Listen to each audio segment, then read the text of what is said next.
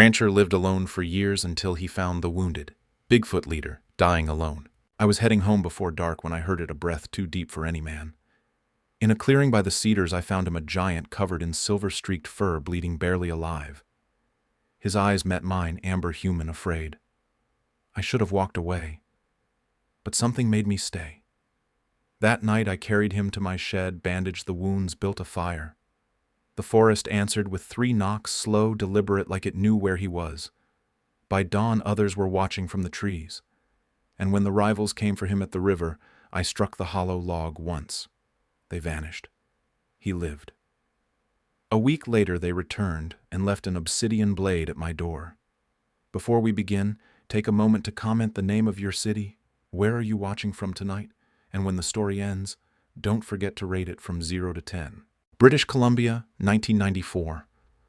The sun had already slipped behind the ridges, leaving the forest bathed in a cold blue dusk.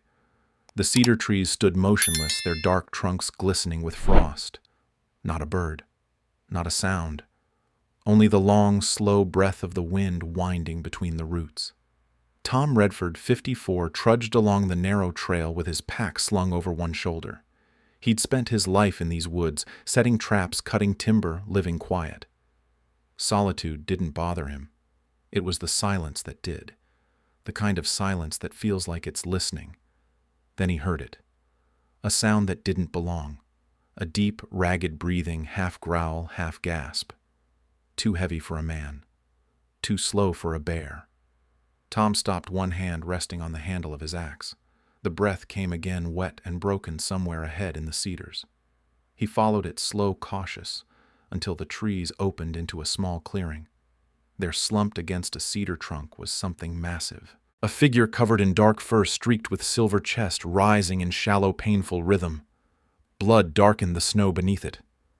For a moment, Tom couldn't move. The thing lifted its head, eyes glowing amber through the haze. They locked on his tired, intelligent, afraid. Tom swallowed hard, heart pounding. Then he whispered, voice low and steady, "You're hurt. Easy now. I won't hurt you." The creature blinked once, slow and human, and in that breath of stillness the forest itself seemed to hold its breath too. Part 1. The Man Who Still Cared. The valley lay quiet under a dull gray sky. Morning light seeped through the cracks of a weather-beaten cabin, soft and thin like smoke. Inside, the air smelled of pine ash and old wool. Tom Redford sat by the stove, hands wrapped around a tin cup of black coffee gone cold. The fire burned low, flickering shadows across the log walls that had seen more winters than most men could stand.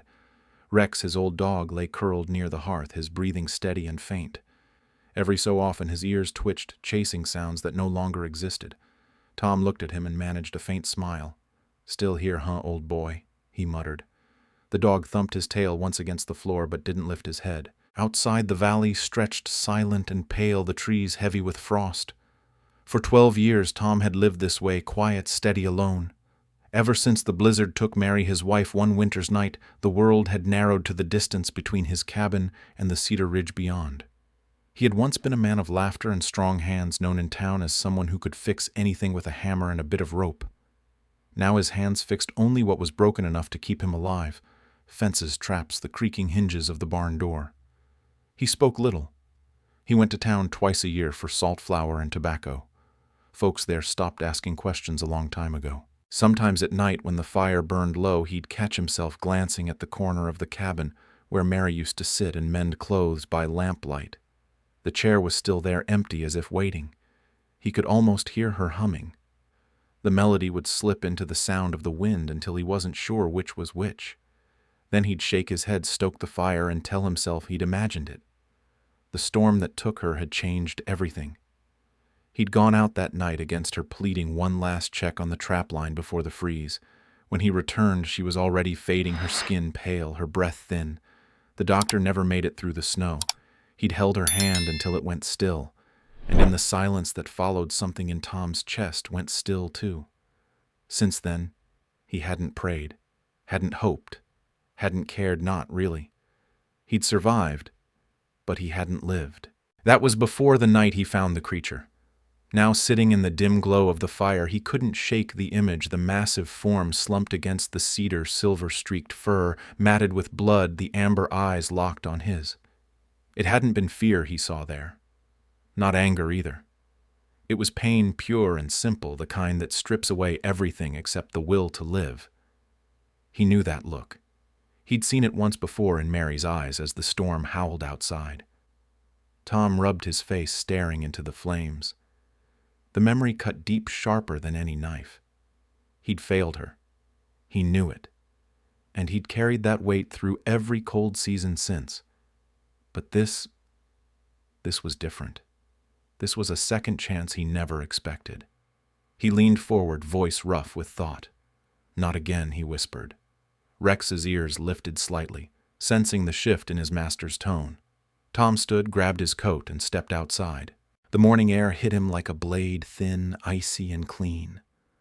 The forest loomed quiet beyond the cabin, its shadows long and still. The path he'd taken last night disappeared into the trees, but he could still feel the direction in his bones. He followed it, boots crunching over frost-hardened earth. The sun was just beginning to bleed through the tree line, painting the mist gold. When he reached the clearing, he stopped. The cedar stood there tall and solemn, the snow beneath it stained dark where the creature had bled. But the ground was disturbed now. Drag marks leading deeper into the woods, the imprint of something massive having shifted in the night. It was alive. It had moved. Tom exhaled a mixture of relief and dread tightening in his chest. He crouched beside the old blood touched the ground. It was still damp, not yet frozen. "Still fighting, huh?" he murmured. "Good."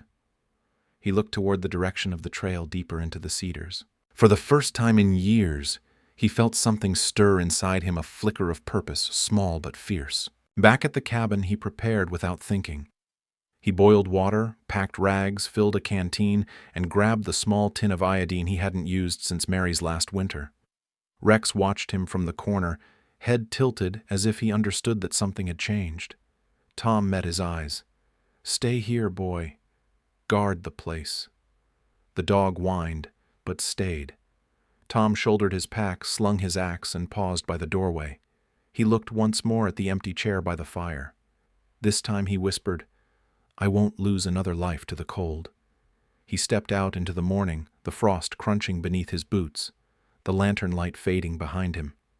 As the trees swallowed him whole, the valley fell silent once again. But this time, it wasn't the silence of emptiness. It was the silence before something began. Part 2. The shelter in the storm. The wind came down from the ridge in long, howling bursts, driving the mist through the trees like white smoke. The path back to the cabin was narrow and steep, but Tom Redford didn't stop. His shoulders, strained beneath the weight of the creature, slumped across the old tarp and sled. Every step sank deep into the wet earth. By the time the cabin lights came into view, his breath was ragged, the cold cutting through his coat. He pulled the sled up to the porch and paused, looking down at what he was dragging. The massive body shivered once, a low, guttural sound rumbling in its chest. "You hang on," Tom muttered. Almost there.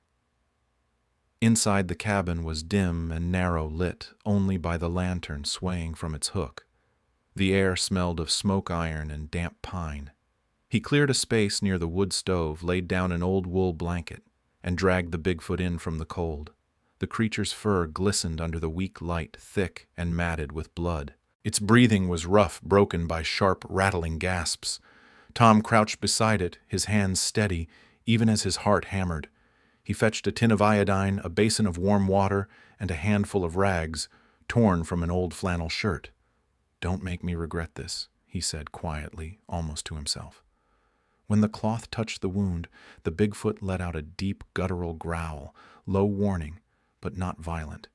Its eyes cracked open for an instant, golden and full of feverish light. Tom froze, holding his breath, then eased back. "All right," he whispered. "Easy now. Easy." He worked slowly, washing away the blood-trimming fur with his hunting knife until the torn skin showed through. The gashes were deep, 2 long slashes running from the ribs to the shoulder. Whatever had done this wasn't small, and it wasn't human. Rex, the old dog, sat by the door, growling softly, his ears flat. His eyes darted toward the window every few seconds, as if he sensed something outside. Tom wrapped the bandages tight, tying them off with a steady hand. When he finished, he built up the fire, tossing in 2 fresh logs. The flames climbed high, filling the cabin with orange light and shadows that danced across the walls. The creature stirred, shifting its weight closer to the heat. For the first time, Tom noticed how its chest rose and fell more evenly, the breathing less shallow now. He poured a cup of water, set it near the creature's hand, massive, black-skinned, rough as bark. Then he sat back exhausted and listened. The storm outside had grown fierce. Rain lashed the roof, and the wind moaned through the gaps in the walls. But beneath all that sound came something else, something faint and rhythmic. At first he thought it was just branches knocking together in the wind. But then he heard it again, thunk, thunk, thunk, 3 knocks, slow, heavy, deliberate. Rex's head shot up. His growl deepened into a low rumble. Tom froze, eyes shifting toward the door. "No," he whispered. "That's not the storm." He moved to the window, the lantern trembling in his hand. Beyond the glass, the forest was a blur of rain and darkness. But through the noise, the pattern came again, 3 solid knocks echoing through the valley. Not random, not wind, a signal. The Bigfoot on the floor stirred again. Its ears twitched. Its eyes opened, halfway focused on the direction of the sound. Tom felt his stomach tighten. "They're talking," he murmured. "Out there." The knocks faded, replaced by the endless whisper of rain. But the silence that followed was thicker, heavier. Something was listening back. He turned from the window, sat down slowly by the stove, and laid the rifle across his knees. The cabin felt smaller than ever, just 4 walls between him and whatever waited in the trees. The fire cracked. Sparks drifted up, flaring briefly before vanishing. Rex whimpered once, then settled beside him, his body pressed tight against Tom's leg. The creature made a low, rumbling sound, almost like speech muffled by pain. Its hand flexed once, claws catching the light, then relaxed again. Tom looked at it for a long moment, studying the rise and fall of its chest. He realized he wasn't afraid anymore, not of it at least. The fear now was for what might be outside, watching. He leaned back, letting the rhythm of the storm fill the silence. Every few seconds he could swear he heard faint movement in the wood's branches, shifting the soft crush of wet soil. But he didn't move. Instead, he whispered under his breath, almost as if answering the unseen. "All right, then. You keep your distance. I'll keep him alive." The fire burned steady, its warmth pushing back the cold creeping through the cabin walls. For the first time in years, Tom didn't feel entirely alone. There was something in that shared silence, fear, yes, but also understanding. A fragile connection between a man and the forest that had watched him grieve for half his life. The knocks didn't return that night. Only the storm and the sound of breathing 2 lives surviving side by side, waiting for the dawn. Part 3. The Rivals by the River. Dawn crept over the cedar ridge like a secret. Pale light spilled through the cracks of the cabin, touching the floorboards with cold silver. The fire in the stove had gone to embers. Tom stirred from his chair, muscles stiff from the night. The silence was strange, too full, too still. The first thing he noticed was the open door. The second was that the creature was gone. His heart kicked hard against his ribs. He rose fast, nearly tripping over the stool, and stepped outside. The air bit deep. Mist rolled low across the valley floor. His breath turned white as he scanned the yard. Tracks, heavy, deep, cut through the wet soil toward the tree line. There was blood, dark and fresh, spattered like a trail of rust through the frost. "Damn it!" he hissed, grabbing his axe handle. Rex barked once from the doorway, ears pricked, but Tom lifted a hand. "Stay, boy." He followed the trail. The forest was a cathedral of silence. Only the hiss of the river reached through the fog. Branches dripped meltwater onto his shoulders as he moved, careful and slow. Each step brought a new print, a new smear of red on roots and stone. Then came the sound, a deep guttural roar that rolled through the mist like thunder. Another followed, sharper, higher, closer. Tom froze, heart hammering. The roars overlapped anger, challenge, pain. He broke into a run. The ground dipped toward the riverbank, the mist thickening until he could barely see. Then, through the veil of gray shapes, emerged three of them. The Bigfoot leader stood in the clearing, its silver-streaked fur bristling. Blood stained its bandages. Facing it were two others, younger, broader through the shoulders, their fur darker, their movements taut with aggression. They paced in arcs, heads low breath steaming in the cold air. The leader swayed but did not retreat. It gave a warning growl that carried the weight of command, but the younger ones didn't yield. They lunged forward, stopping just short testing. Tom's grip tightened on the axe handle. The weapon wasn't much, just a length of hickory with a steel wedge at one end, but it felt solid in his palms. His breath came hard, his pulse loud in his ears. One of the younger creatures struck first, swinging an arm the size of a tree limb. The leader caught the blow, staggered, then roared a sound that shook the fog. The clash of bodies sent a spray of dirt and leaves into the air. Tom's instincts screamed at him to run to get back to the safety of the cabin. This wasn't his fight.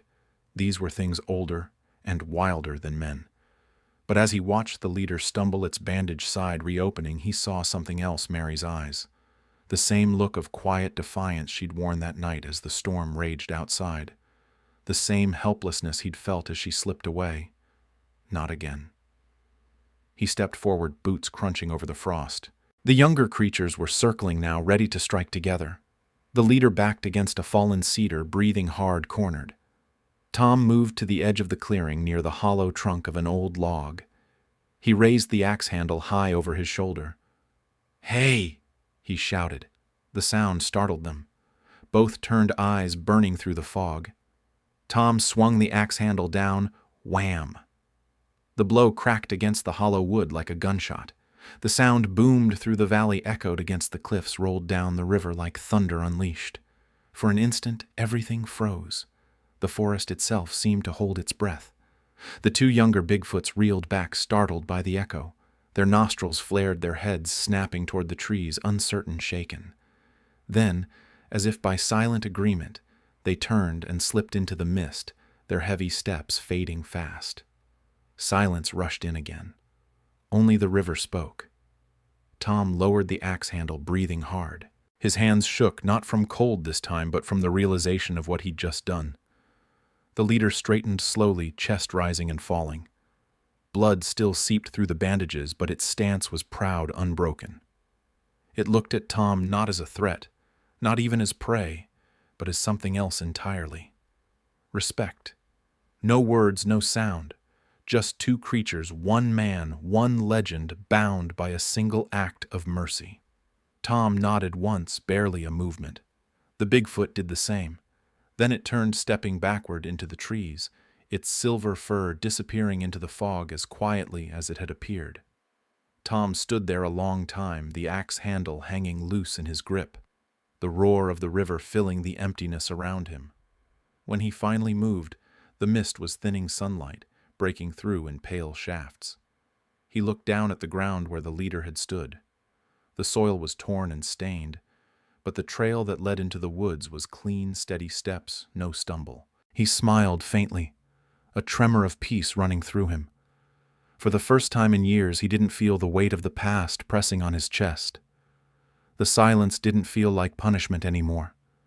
It felt like forgiveness. He turned toward home, following the river's curve, the echoes of that single strike still lingering in the morning air. Part 4. The Return of the Leader. The week passed in quiet hours.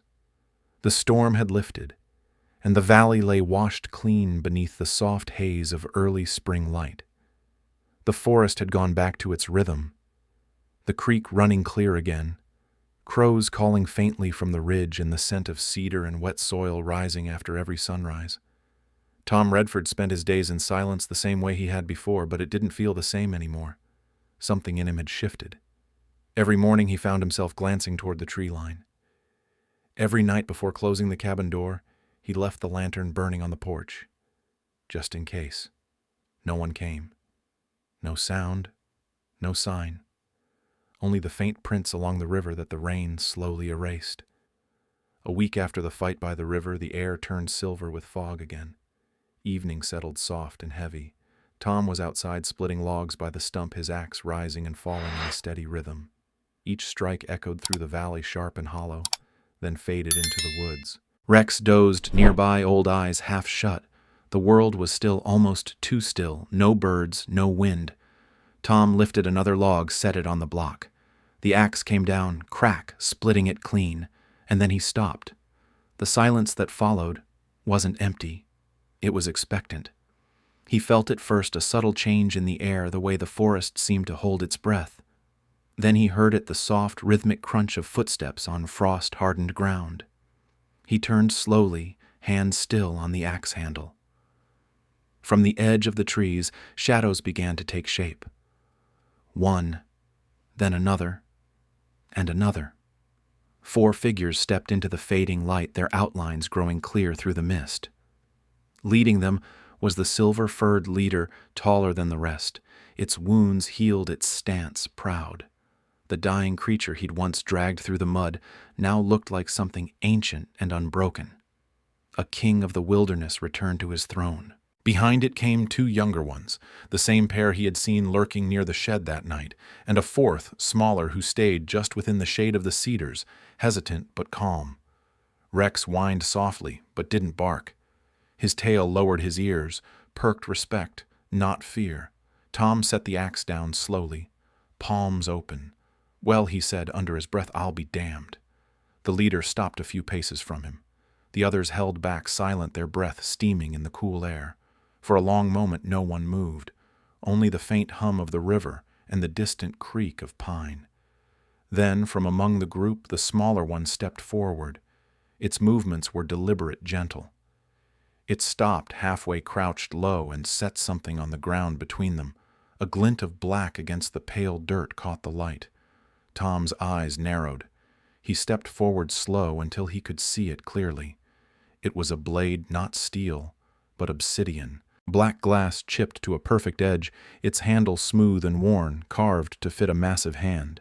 He could see his reflection in it, distorted, wavering. He looked up. The leader's amber eyes met his calm and steady. For a long time neither moved. The moment stretched thin, full of something that went beyond words or species. Tom crouched down, picked up the blade. It was heavier than it looked. Cold at first, then warming in his grip. He turned it once in the fading light, the edge catching the glow of the setting sun. "A gift?" he whispered, then quieter still. "Or a warning?" The leader didn't answer. It didn't need to. Tom's mouth twitched into a faint smile. Either way, he said softly, "Thank you." The Bigfoot inclined its head, not a bow, not submission, but acknowledgement. Then it turned. One by one the others followed. They moved without sound, vanishing into the forest shadows, the mist closing around them like a curtain. Tom stood there long after they were gone, the obsidian blade still in his hand. The air carried the faint smell of rain and moss, and the silence that lingered was different now, not the silence of loneliness, but of understanding. He looked down at the blade again, its surface now dim in the twilight. "Guess that makes us even," he murmured. Rex padded up beside him, tail swaying. Tom reached down, rubbing the dog's head absently, his eyes still on the tree line. The last light of day slipped away, and the stars began to bloom over the valley. For the first time in years, Tom didn't feel like an intruder in this land. He felt like he belonged to it, and it somehow belonged to him. He turned toward the cabin, the obsidian blade catching the final gleam of dusk, and for a fleeting moment, the reflection in the glass looked almost like a smile. When the forest thanks you back years had rolled through the valley like slow rivers of snow and time. The cabin stood older now, its roof patched with tin, its porch sagging under the weight of years. Tom Redford sat in his worn chair by the doorway, wrapped in a heavy wool blanket. His hands were lined deep, his breath white in the chill. Beside him, old Rex slept, gray muzzle rising and falling in rhythm with the wind. Winter was near. The cedars whispered of frost and endings. Tom leaned forward, setting a folded blanket, a bucket of water, and an oil lantern on the porch rail. He lit the flame, watched it tremble in the dusk. Then his voice low, steady, full of memory, rose like smoke through the still air. Every fall before the first frost I leave out a blanket, a bucket of water, and a light on the porch. Some years they came, some years they didn't. But every winter, my firewood never ran low. He smiled faintly, eyes glinting in the lantern's glow. The forest beyond the yard was quiet until it wasn't. From somewhere deep within the mist came a single knock, soft, measured, familiar. Tom didn't turn. He just looked toward the tree line and whispered, "Welcome home." The silence that followed wasn't empty, it was full of gratitude, of peace, of something that had always been watching back. Because in the cold West, kindness is the only fire that never dies.